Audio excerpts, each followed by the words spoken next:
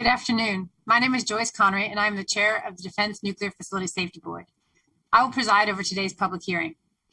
I now call this hearing to order. I would like to reintroduce my colleagues from the board.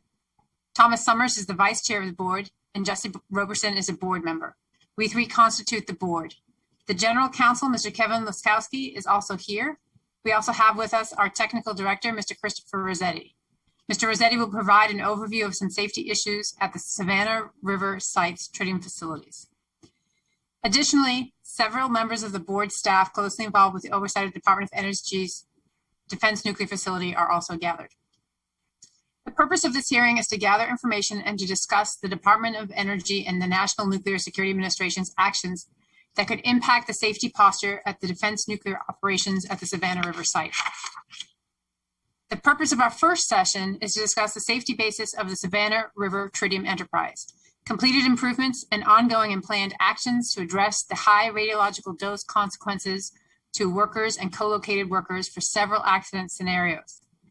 In particular, the board will focus on the ongoing actions at the tritium facilities that DOE cited as a basis to reject the board's recommendation 2019-2, Safety of the Savannah River Tritium Facilities. Like the meeting this morning, today's hearing was publicly announced on June 24th, 2021, and the board's public website, on the board's public website, and it was subsequently noticed in the Federal Register on July 7th, 2021. In order to assure accurate and timely information for the public, this hearing is being recorded through a verbatim transcript, a video recording, and live video streaming. The transcript, associated documents, public notice, and video recording will be available for viewing on our public website. The video recording will be available through our website for at least 60 days. The board allocated time at 3:40 p.m. today to hear comments from interested members of the public, but no one signed up to speak. So we will dispense with public comments for this portion of the afternoon's events, but I want to remind anyone watching online that they can submit written comments up until August 13th, 2021, when the hearing record will close. Comments may be sent to hearing@dnfsb.gov. Any comments we will receive will be included as part of the public record.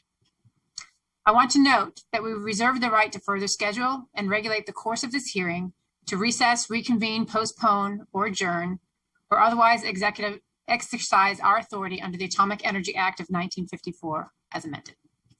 I will now turn to my fellow board members for their opening remarks. Mr. Summers.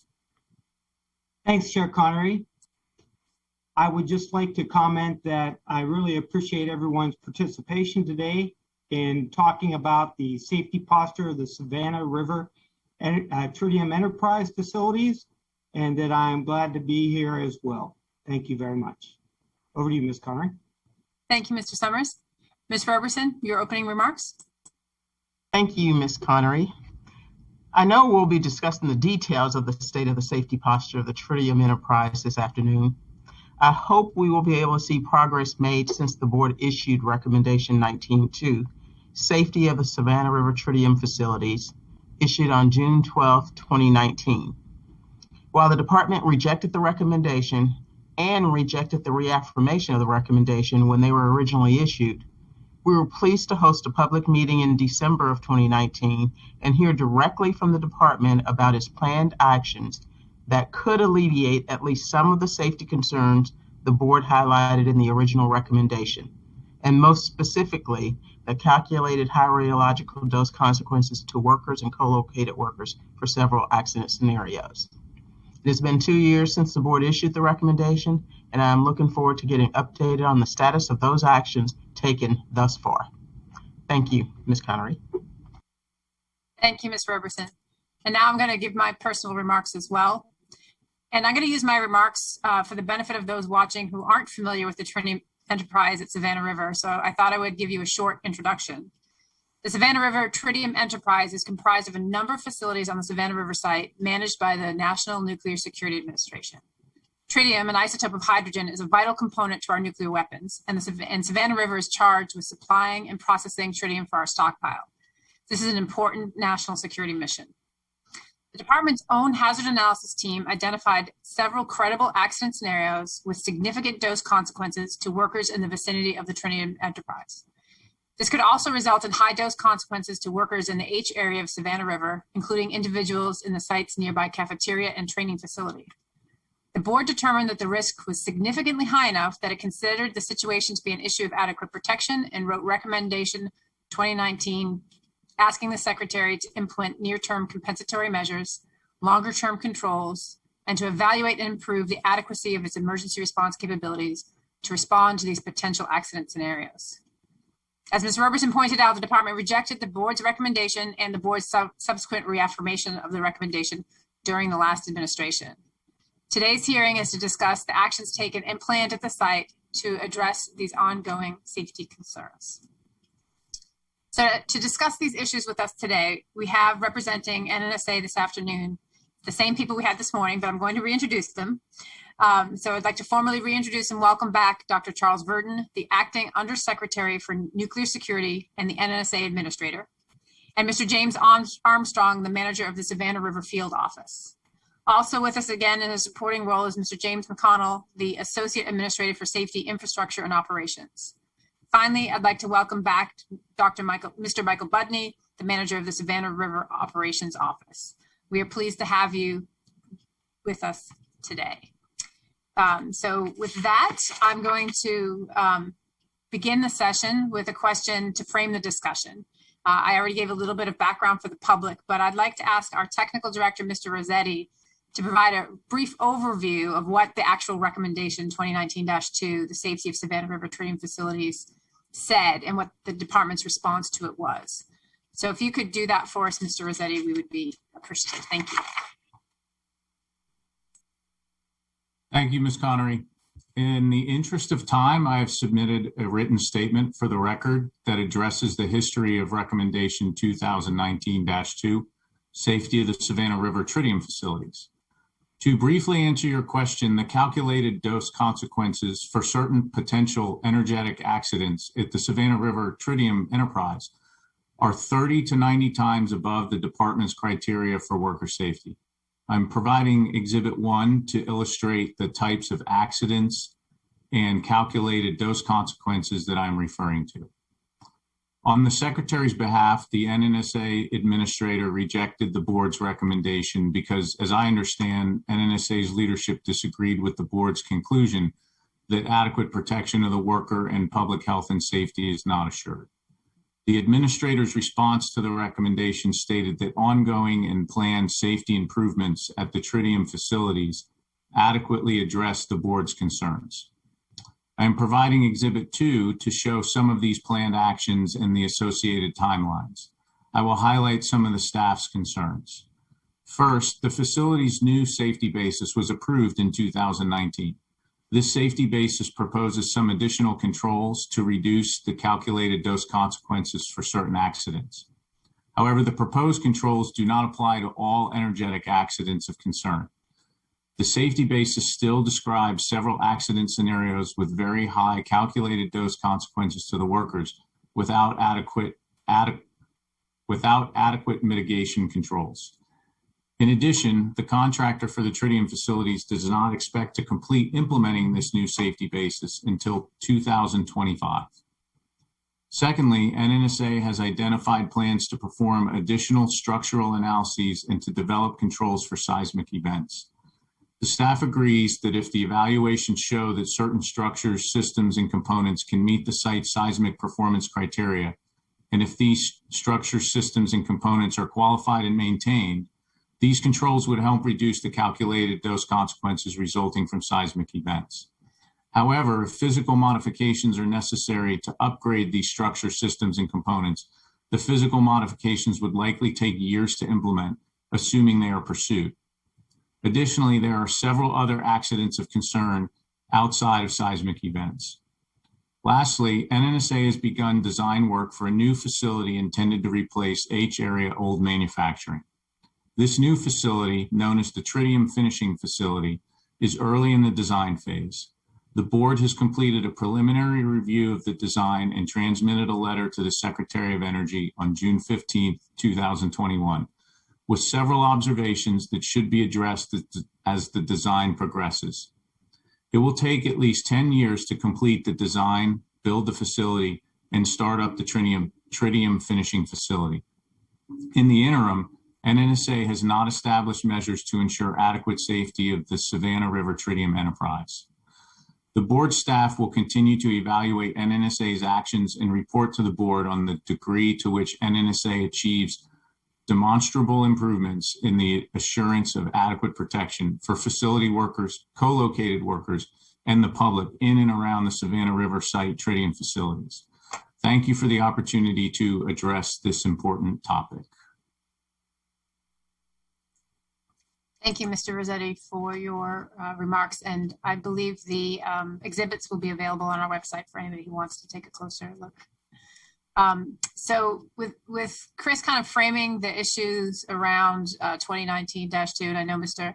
Armstrong, that you have been at the site for about 3 months now, so you're completely up to speed on everything that's going on. So I want to talk to you a little bit about the combined tritium enterprise safety basis, which was improved in 2019. And as Mr. Rossetti noticed, the implementation won't begin until 2025. So I want to understand from you which improvements from that new combined safety basis can be implemented sooner and which can't be implemented right away, and why not? Thank you, Ms. Connery. Quick sound check. Can you hear me? Yes. Good. Okay. Thank you very much for the question. So you're correct. NNSA approved the combined documented safety analysis in December of 2019 with expected implementation by 2025. The team is actively engaged in that. They meet routinely with our M&O partner. We also invite the Defense Board Written Inspector to attend all those meetings and to hear our progress as we proceed down this path. We've completed 14 actions to date, with actions being on time. We've also conducted a independent structural engineering analysis where NNSA or National Nuclear Security Administration hired an independent licensed professional engineer to evaluate that engineering study to look at the structural integrity of our facilities to a natural design phenomenon category 3, criteria 3. That review is being, I understand that review is being done to validate the engineering study reports. We recently have approved the plan for the actions to have the safety basis implemented by 2025. Now, the process to implement it and work towards it requires a lot of work, requires our actions be solid. As we know in nuclear safety space, there's no hope, or I think it's got to be absolutes, and that's what we're working towards. A lot of questions being asked, a lot of good solid understanding has to be made. And so things that they're doing right now, excuse me for a minute here, include like fire dampers, the fire hood, includes the fire suppression system. So those things are not executed overnight, and they need to be done right and they need to be done accurately. So safety remains our #1 priority, and as we do that, we're making sure that everything we do does not have an unintended consequence, and that we're doing it right, correctly. Thank you. So just a follow-up, if I may. Yes. And it has to do with some of the elements of the safety management programs have been elevated to specific administrative controls in that new combined safety basis. So this is not physical activity like the fire dampers or the hood. Right. So in those instances, are there specific administrative controls that like the critical lift program and for the traffic control program that can be implemented near term? And are you willing to do so? So one of the challenges is reduction of material at risk during critical lifts. I believe you're getting to. There is they've developed a procedure that identifies how to de-inventory and relocate our filled containers out of the affected area. So we are doing things to address that.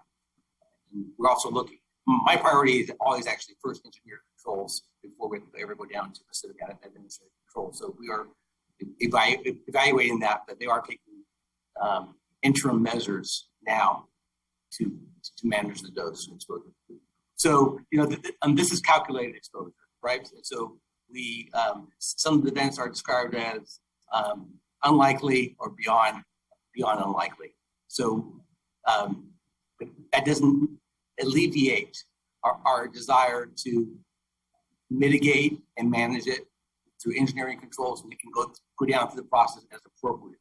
And so right now, we do have that specific administrative control for critical lifts.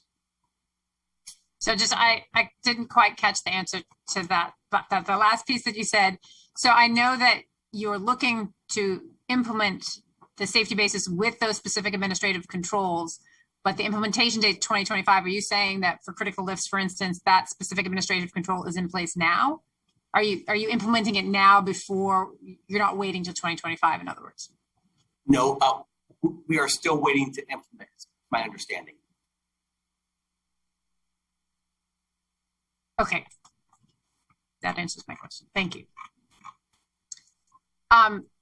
So just to continue on these lines, the Consolidated Hazards Analysis team identified these events that we discussed with significant consequences and proposed several activities to improve safety and reduce consequences. Some of those proposals from your Consolidated Hazards team didn't appear in the final list of 19 items proposed by the contractor or in the approved DSA that we've seen. For instance, the CHA team proposed reducing that material at risk within the affected processes during certain lifts to reduce the consequences. So this is the conversation we were just having, and I want to understand if it's going to be implemented, and if so, if not, why not? So the reduction of material at risk, I understand, is impacted to our mission to be inventory, to do that critical lift. The other one you had was inline oxygen monitors, right? Yes. Mm-hmm. And that was not feasible due to piping configuration and multiple interfaces from outside gas interferences. And then the other one, I believe, was to have a room or building level scrubber. We did an indefinite evaluation of that, and it was determined not to be feasible due to the sheer size, and we would actually increase hazards during a loss of confinement event due to a tritated water that would be produced.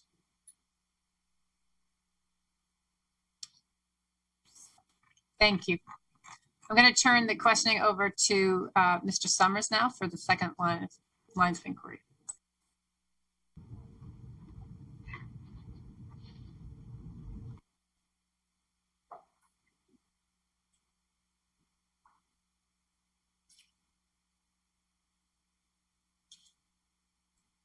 Thank you, Ms. Connery. Dr. Verdon, the next three questions are directed at you, sir. Dr. Verdon, sir, NSA has stated that the accident analysis is extremely conservative and that the existing tritium facilities do not need additional safety controls, even when calculated doses to co-located workers are approaching 100 times higher than DOE guidelines. First question is, Dr. Verdon, what are NNSA's criteria for accepting levels of risk for its workers when the risks far exceed DOE guidelines? Thank you. So again, I think it's our again, we evaluate the risks against the likelihood of what we have in place. We fold in engineered and administrative controls, workforce training, and we make the risk evaluation. We tap into experts within our own field to help us evaluate what their assessment of that would be, and we make a risk-based informed judgment on what is necessary. And I think, as we're saying, we're not standing idly by. We are making improvements. People could always want to go faster, but we're making improvements that are feasible to be done with the facilities that we have, and in some cases, again, going to all new facilities to replace them.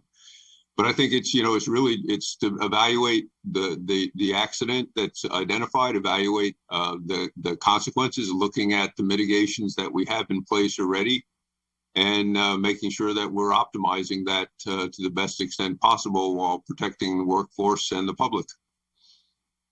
Thanks, Dr. Burden.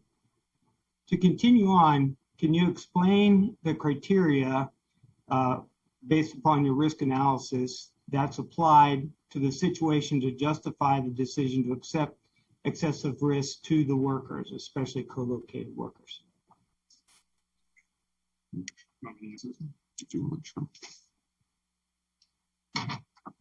Good afternoon. I'm Jim McConnell, that supports Dr. Verdon. The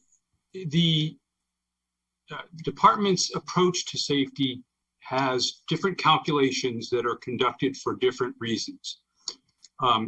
We have a numerical threshold for public safety, a group whose behaviors we can't control and whose training we don't have any influence over. And so we are very careful to make sure we understand what the public threshold is. And thankfully, because of the remoteness of the Savannah River site, we're successful in that. There are qualitative evaluations of safety for workers, because we do have the control over their training, their behaviors before and after an event. The particular calculation, one of the things we do, and one of the reasons we do it, is that our regulatory structure assigns greater rigor to how we implement controls, depending on the consequences of that control is attempting to mitigate. So we do a calculation both for the public and for the workers. And as you've said here, the calculation for the workers came out significantly higher than the threshold that tells us when we need to put in place the high quality controls. And so what we have done as a result of that analysis is concluded that the controls we put in place to protect the co-located workers must be something we call safety significant or higher, which is the highest two grades of quality that we can apply, whether it's an administrative control like a specific administrative control or a physical control like the fire dampers that Mr. Armstrong was talking about. So we apply that in order to figure out how to inform what is possible, what we can do to protect people. But in terms of an absolute judgment of above this, it's not adequate, and below this, it is, that regime does not, it's informed by both mission need and risk, and then senior leaders like Dr. Verdon make the decision at the end of the day. Thanks, Mr. McConnell. Thanks, Dr. Verdon.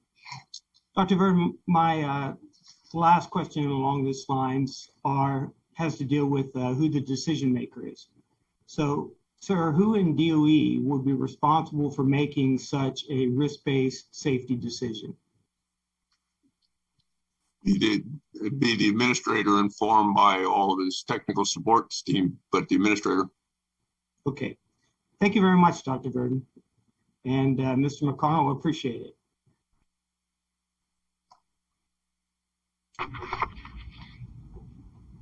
Along a different line of inquiry, Dr. Verdon, NSA has characterized the contractor's proposed actions as a process of continuing improvement and not as a process of correcting inadequate safety conditions.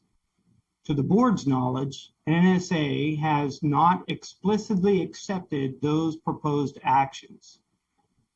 So, sir, why do you believe that the current safety posture at the tritium facilities provides adequate protection for its workers? And are there any additional actions that you believe should be taken? Thank you. So again, I think our evaluation is they are adequate, but we recognize that we can always improve, we can always get better, and that's why we have the continuous improvement program. But we believe that they are adequate. So, are there any additional actions that you think that should be taken at this time or in the near future to improve safety? I think the team has provided a pretty in-depth list of activities that are being undertaken. We're always, Jim and others are always asking for more, input from the sites if they identify things. So again, we're always open to improvements in these areas. But at this point, we've identified those key high leverage ones. Very good. Thanks, Dr. Burden. At this time, I'd like to turn over the stage to Ms. Roberson. Ms. Roberson, over to you, ma'am. Thank you, Mr. Summers.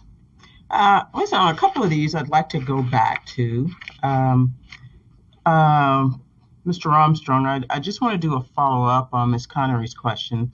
And we talked about the Consolidated Hazards Analysis team and their recommendations. The recommendation to, for an interlocked inline oxygen monitors or building lever stripper scrubber system to mitigate either of these to mitigate explosive events. And so I understand you to say you've done those evaluations and you've concluded neither is feasible, right? Did I understood that right? Yes, ma'am. And so my question is, and so what now?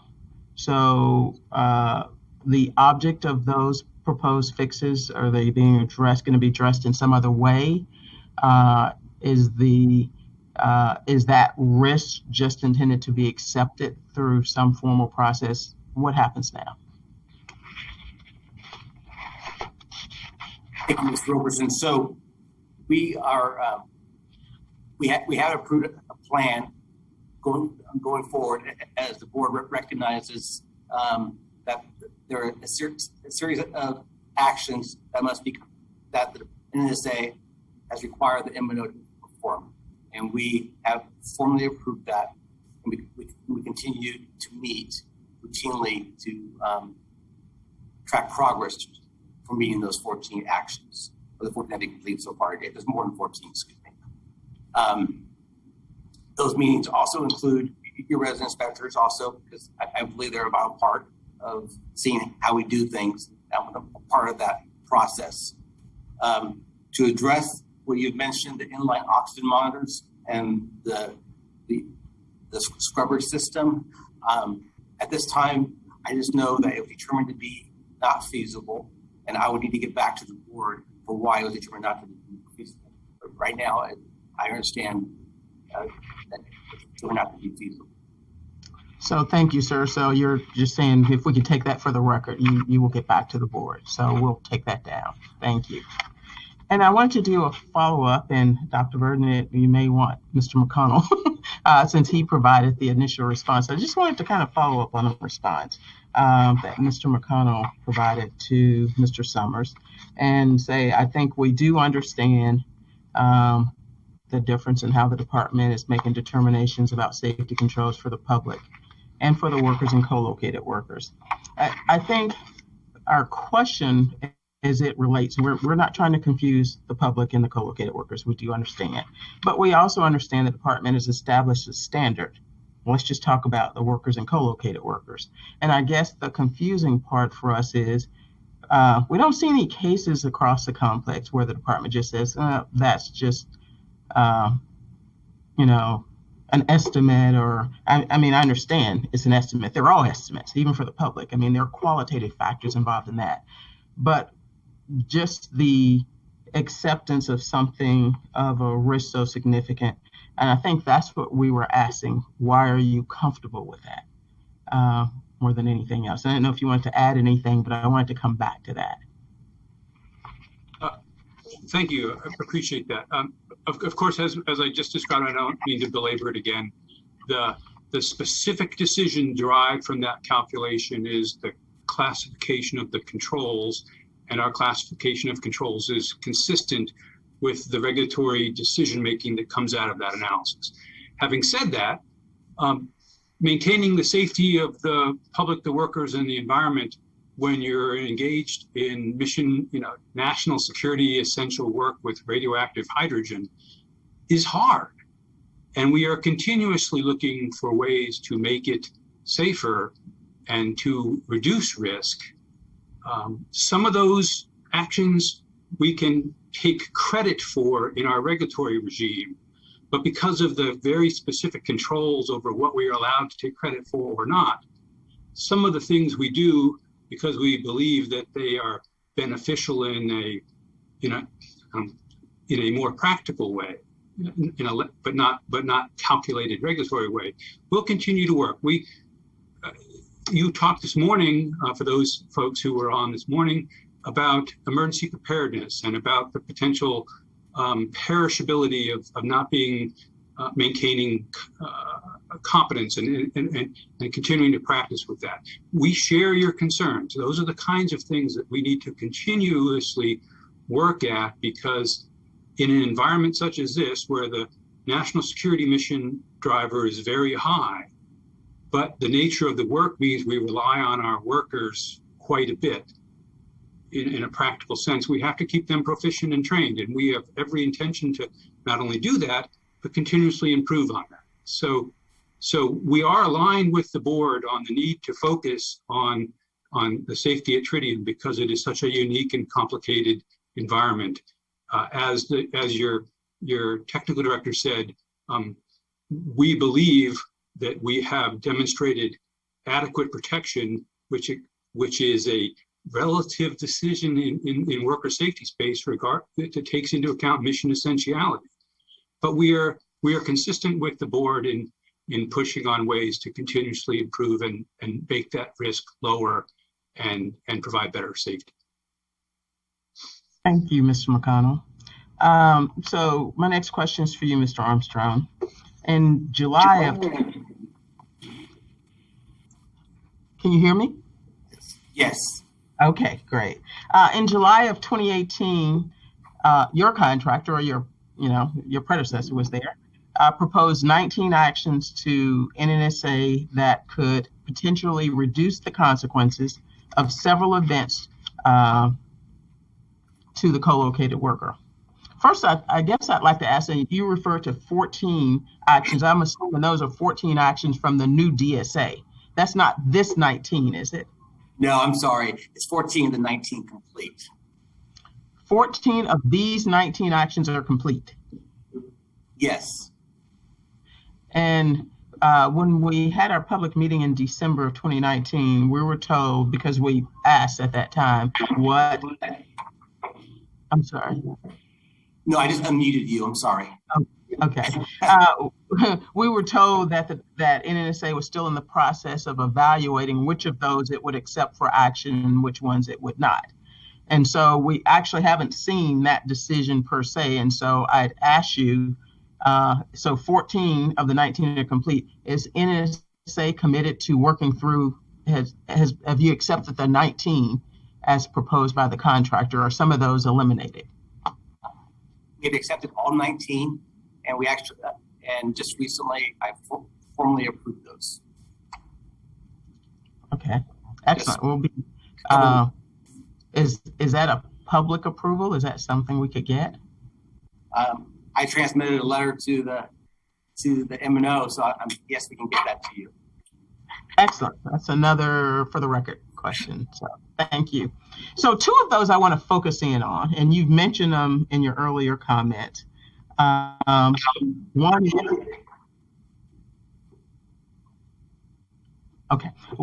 of them is the structural analysis of building 233H in the tritium extraction facility and other selected structure systems and components. And the second one is the seismic tritium confinement system upgrade. So I want to focus in on the status of the design and the status of the design and procurement of necessary components. So you spoke earlier about the structural analysis, which we applaud you guys for doing that. I guess the question I have as it relates to the structural analysis, I think we get nervous when we see the evaluation of the evaluation taking longer than the baseline evaluation. And so I guess the question we want to ask is, are you guys committed to completing that evaluation? And you have some sense from the engineering evaluation, what are some of the likely outcomes? And so are you committed to making facility modifications if that's the result?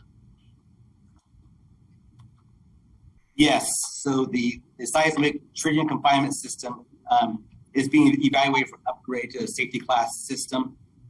A conceptual design package and level 3 cost estimate has been completed. The work schedule to have that completed is fiscal year 24. And we'll also be doing some fire system upgrades. That should be done by the end of fiscal year 23. Wonderful. So you are committed to execute the whatever physical requirements come out of the evaluation. That's perfect. My next question is for you, Mr. Armstrong, as well too.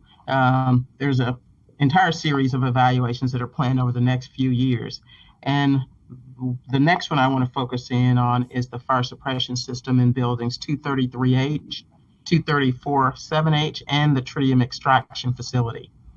You cited this in your opening comments that you're committed to a natural phenomenal hazards design category 3. Is that right? That's correct. And again, I'm just going to ask you the straightforward question. If you know, to meet that standard, it requires modifications, facility modifications. Do you consider those to be a feasible direction? Yes, I do. So far today, we've completed the combustible material load mapping. In progress right now is the structural analysis of the building, where we have our independent licensed professional engineer evaluating. And then we have the evaluation to be complete by fiscal year 23. And that should also lay forward in the other things that we need to have accomplished. In your review so far, which of those do you think is the most challenging? 233H, 234-7H, or tritium extraction facility? So,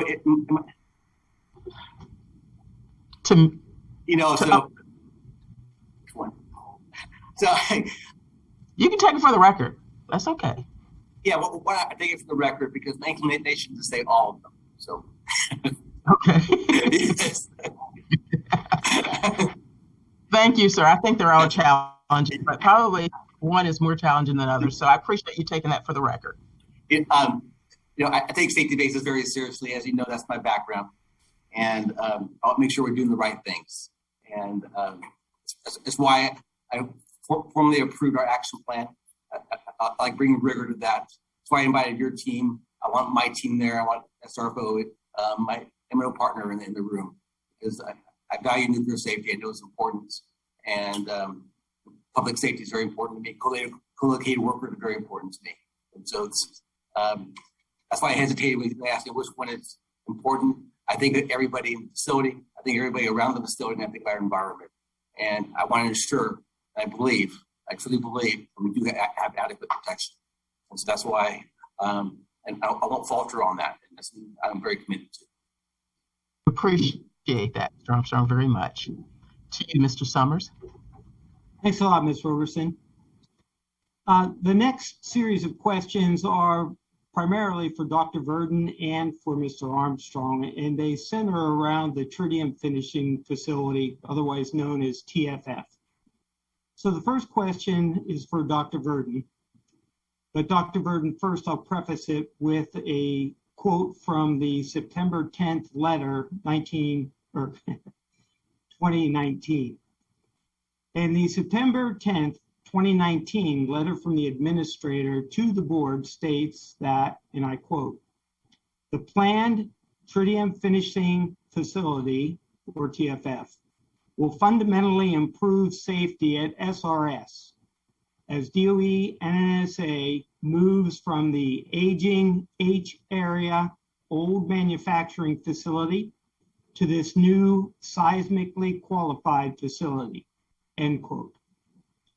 So Dr. Verdon, the question is, sir, can you please explain how, in your view, the tritium finishing facility will fundamentally improve safety at the Savannah River site and address the primary safety concern of high co-located worker doses, given that the tritium finishing facility will only replace H area old manufacturing, while most of the tritium work will continue, and the largest amount of the tritium available for release is actually in building 233H.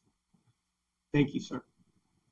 Yeah, well, your point taken, but I think it goes without question that being able to design the building to modern, safety standards, it gives us a tremendous boost on improving the safety of that facility and what's done within that facility.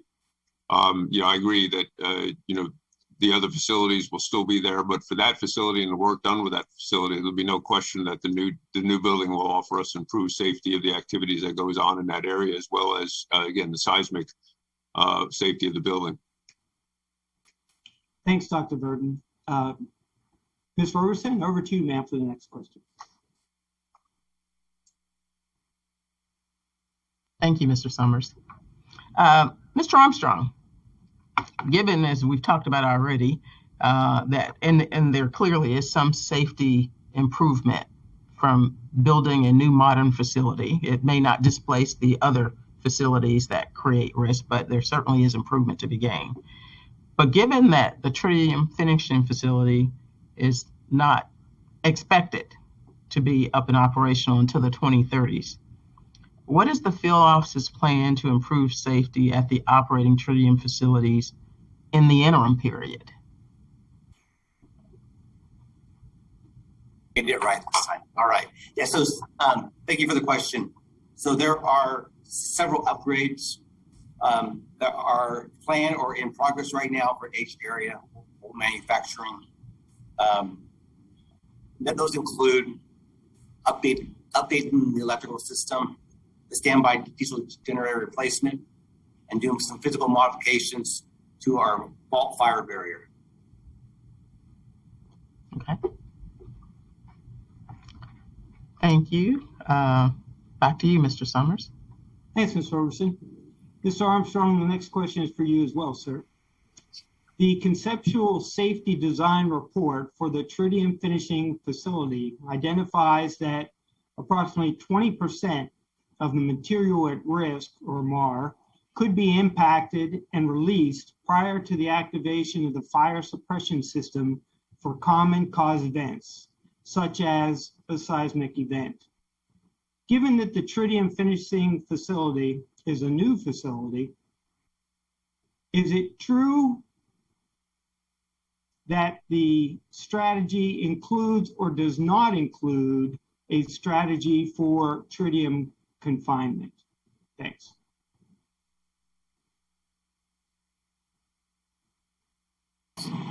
Thank you, Mr. Summers, for that.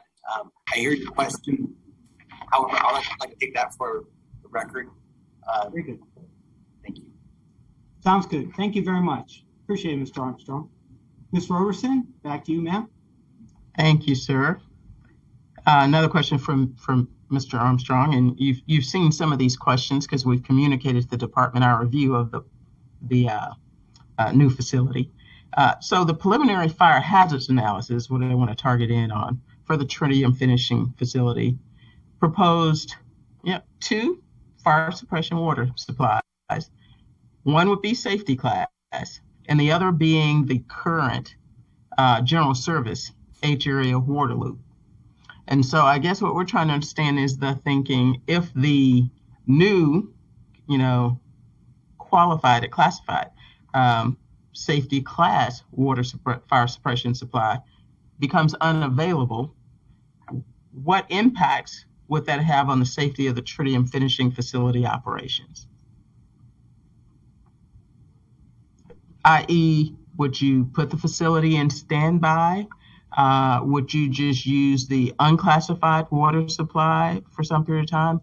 What is the thinking in that? This is what is in the preliminary analysis. Ms. Roberson, I'll have to take that question for the record. Okay. All right. Thank you, sir. Okay. And back to you, Mr. Summers. Thanks, Ms. Roberson. Mr. Armstrong, another question for you, sir. The tritium finishing facility preliminary hazard and accident analysis relies on existing engineering evaluations that the board previously raised concerns about. For example, the Savannah River site aircraft crash analysis. Given that you are in the early design process and that this is a new facility, do you plan to revisit the analysis? Thank you. So as we review the immuno submitted documented safety analysis and we develop our subsequent safety evaluation report, we follow the requirements of DOE Standard 3014. We will use that as the basis for our approval. That's the direction we would go. There's criteria to follow, and we'll follow it. In cases where we need to elevate and get help and talk things through, we do that, but we follow what's required by our DOE standards. They ensure our adequate protection. Very good. Thank you very much, Mr. Armstrong. That ends the line of questioning about the turning and finishing facilities. Ms. Connery, over to you, ma'am. Thanks. So I just want to take a moment to recap because we do have new information from the last conversation we had with you. And don't forget, COVID was a little bit of an intermission for us. We were supposed to actually have this hearing about a year ago. And I know Mr. Armstrong is new, so please do not be shy about taking questions for the record because we know that you haven't been here for all the turns of the wheel. The same with Dr. Verdon, you weren't in the same position at that point in time. So we are very sensitive to that and we don't have complete information. I believe actually that the acceptance of those 19 contractor proposed actions, I believe we received that 20 minutes ago, according to our technical director. So we're getting new information even as we conduct this hearing. So I appreciate that, but I just want to recap some things that I heard to make sure that I have them correct. So we have a new safety basis, which is already a step in the right direction. However, it's not going to be implemented until 2025. That does include some SACs, some specific administrative controls, but those controls also, which are your near-term compensatory measures from our point of view, those controls aren't going to be implemented until 2025. When the actual safety base is implemented. So that personally, I will say that remains an area of concern for me because that is something that's implementable right away. Of the 19 proposed Savannah River activities, a lot of those were analyses. And I think if I heard you correctly, Mr. Armstrong, you said that 14 of those are completed. And I know that, again, some of those are simply analyses to see if work is feasible to be done in the future. But that you are committed, at least on the fire protection side, once you have done those evaluations, to proceed along the lines of upgrading those actual physical upgrades to make sure that they're engineering controls. And I appreciate the hierarchy of controls. You want engineering controls before, in the first instance, and then specific administrative controls after the fact. However, in the event that you can't implement those engineered controls right away, the specific administrative controls actually do become very important at the time. So I'm going to pause here just to make sure I've got the story straight as you understand it, based on what I think I heard you say over the course of the hearing so far. Thank you, Ms. Conner. And you captured it very well.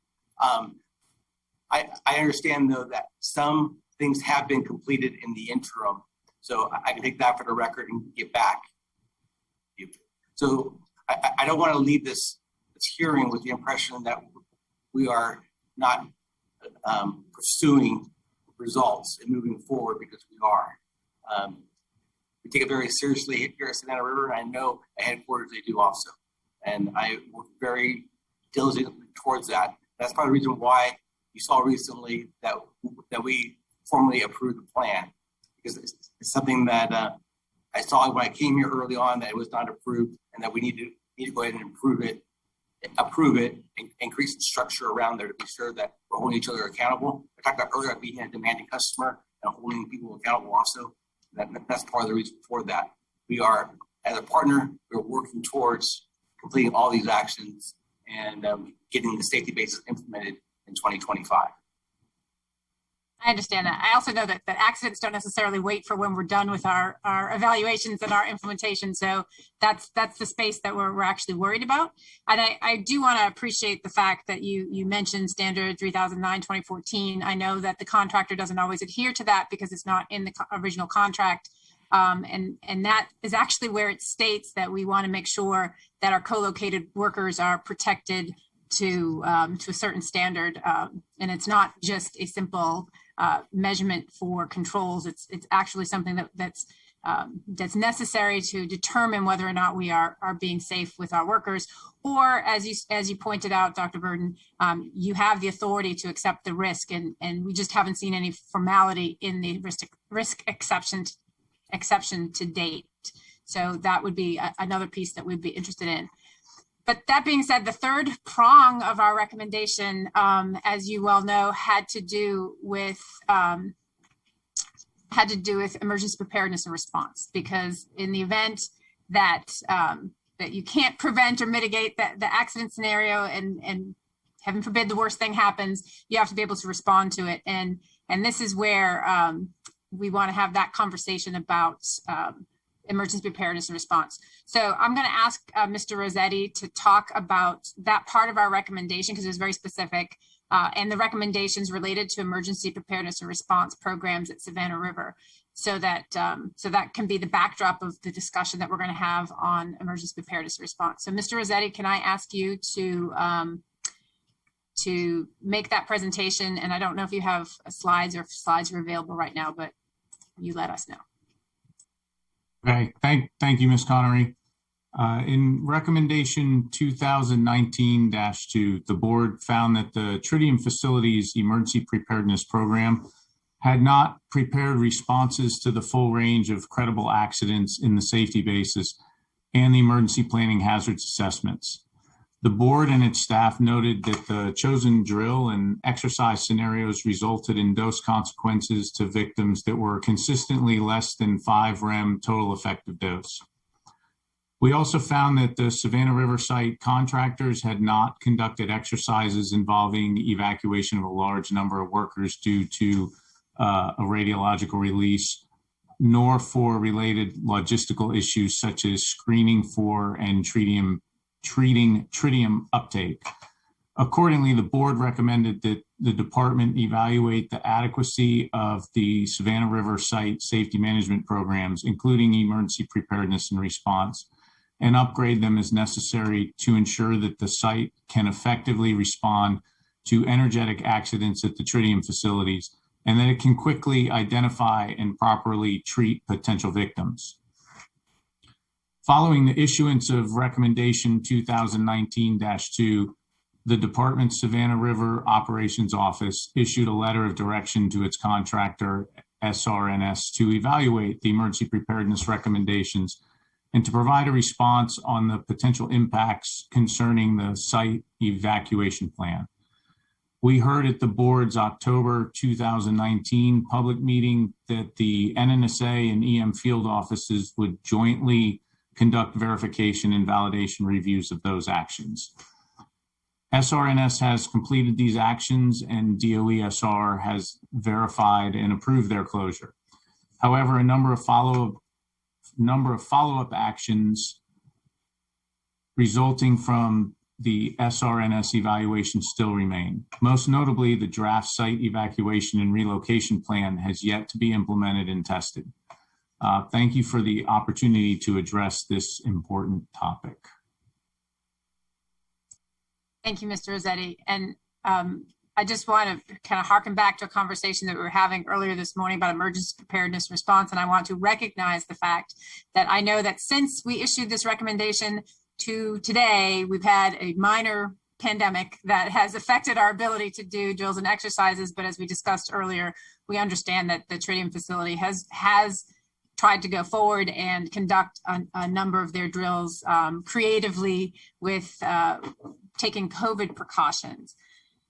That being said, there's a lot of complications to how one would deal with an energetic event at the tritium facility in terms of emergency preparedness and response, as we discussed earlier. And that was part of my question, Mr. Armstrong, with regard to accountability was how do you account for all the people, particularly because you don't necessarily know where the plume is going to go, where the people are standing, whether or not they're sheltering in place, or whether the Pepsi truck driver is traversing the site at that particular time. So accountability becomes a challenge when you're looking at emergency preparedness and response. So, my first question is actually to Mr. Budney, because he looks very lonely over there. He hasn't said a lot lately. So we're going to make sure that we engage you and keep you entertained. So we are aware that the contractor recently prepared a draft evacuation plan and relocation plan. Implementation and testing of this plan are expected to be accomplished through a number of stages. Obviously can't do it all at once, including a series of drills and exercises. Can you just kind of fill us in on what the time frame for the stages will and when they'll be completed? Again, I know you might not be able to commit too much given COVID, and I don't know if that's actually going to impact your schedule, but could you give us an idea about that? Yeah, certainly. I would like to mention one other thing while I'm thinking of it. We were talking about accountability and making sure we knew where everybody is. We do have what we call a PASS system, and I apologize if I don't know the acronym, can't spell the acronym, but it's an electronic system, an app on your cell phone, where we register, hey, are we teleworking? Are we on site? Have we traveled remotely for some? So we have a pretty good system by which we can get accountability for all the workers on site. So I just want to make sure that you're aware of that in case of an incident such as this. And we do exercise every team to make sure that we can gather accountability for everybody. The site draft relocation evacuation plan, as you said, was completed in June by the contractor. I have read it. I have some issues I need to work out with the team on it, so we'll send a review within our staff. We expect, though, to run a first tabletop in August. And then we'll run a series of tabletops after that. We'll fold back in all the comments we have from different people, both tabletops and training, so everybody can get familiar with the procedure. And hopefully, I would say by around the March timeframe next year, we think we'll have that plan approved, finalized, and then we'll fold into a site drill. And so that's the schedule right now that we have for evacuation plan. Okay, that sounds ambitious, and we look forward to seeing the fruits of that. So just a couple of follow-up questions. So part of this process, we understand the site will need to address logistical challenges for a hypothetical scenario involving, potentially up to 1,000 or more individuals that were exposed. The ability to provide transportation using site assets to perform mass decontamination on the site and to identify some reunification sites if necessary. So some of these, I understand, may have monetary impacts. In other words, you're going to have to spend money to do it, and you might have to establish new memorandums of understanding with state and local authorities. So I'm not going to ask you to answer those questions or solve them right now, but what I want to understand is, have both EM and NNSA field offices committed to the plan to address these logistical challenges? And again, I know you haven't formalized it yet, but what is your sense of that at the moment? I think we need to test the plan first to determine what the size of those logistic challenges really be. Because as you know, we do have a good meteorological system that runs all the time down here, that's run by the lab, and it gets folded right into the EOC.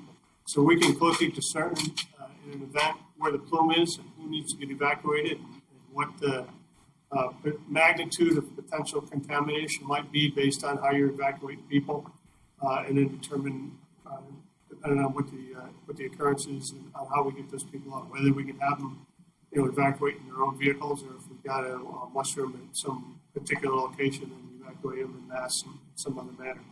So we still have a number of issues to work out. But we'll work jointly with NSA field office here to determine what those things ought to look like going forward. Well, so that dovetails into my next question, which is that since a lot of the accident scenarios aren't limited to NSA or EM, you're kind of married at the site together. Has the NSA field office, or will they review the plans? And if so, does NSA accept the conclusions of the EM field office?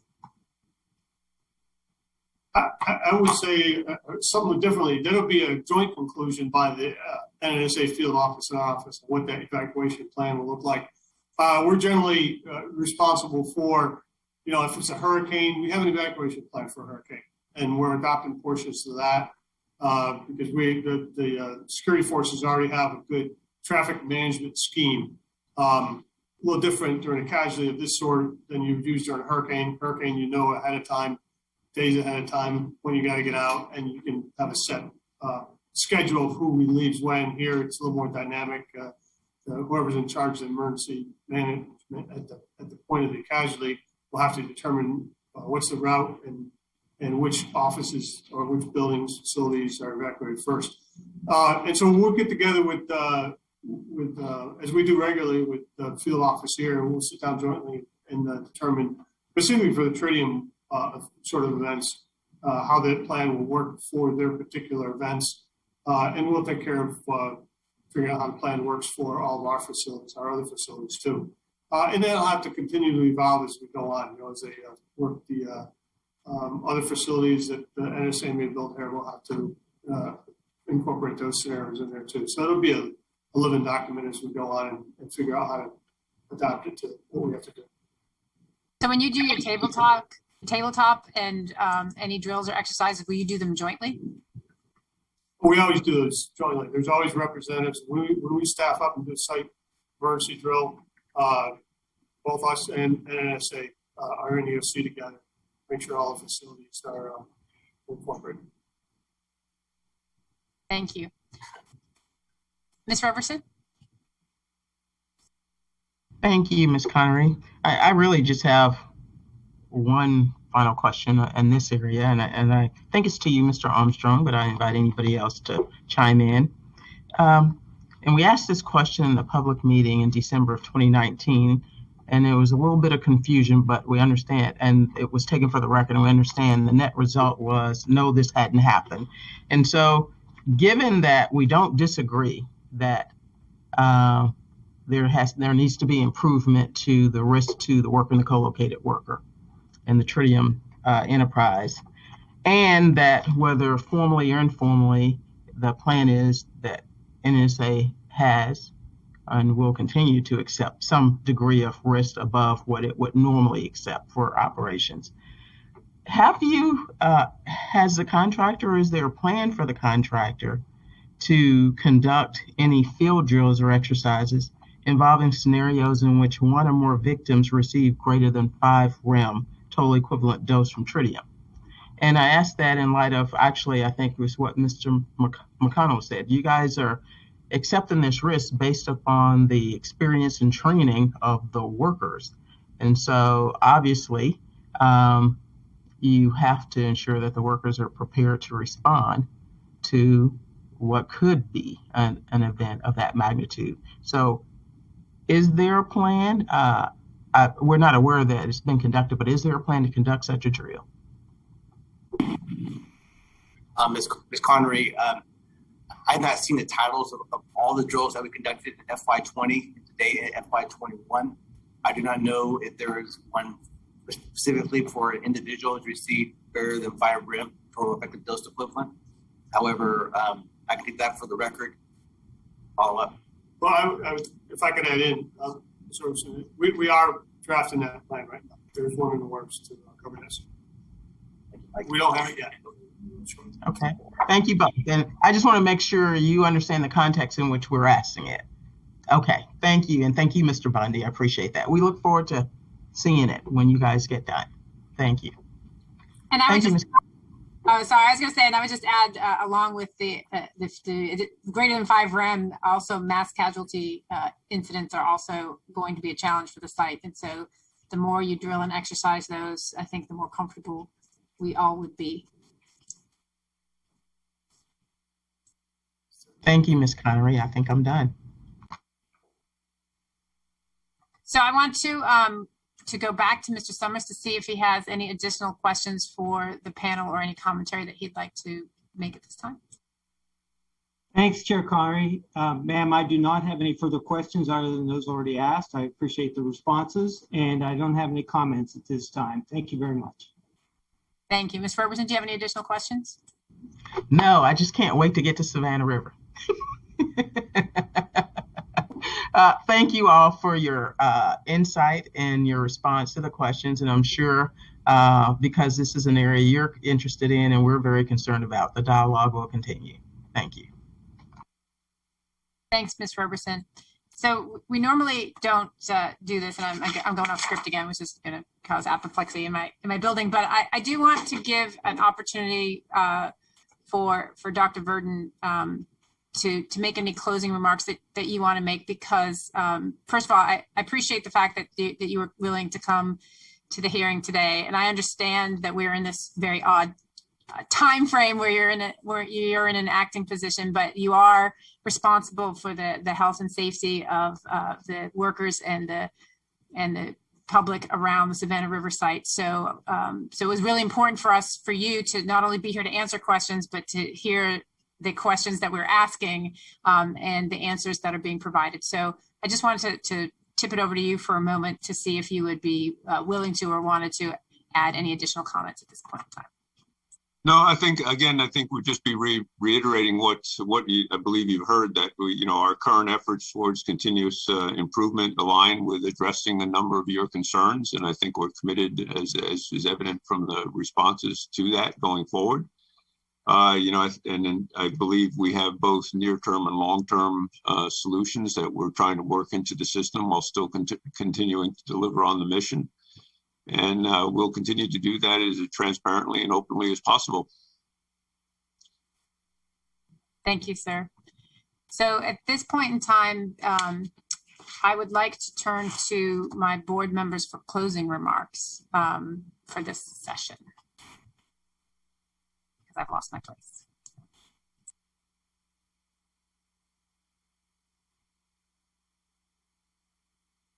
Oh, sorry, Mr. Summers.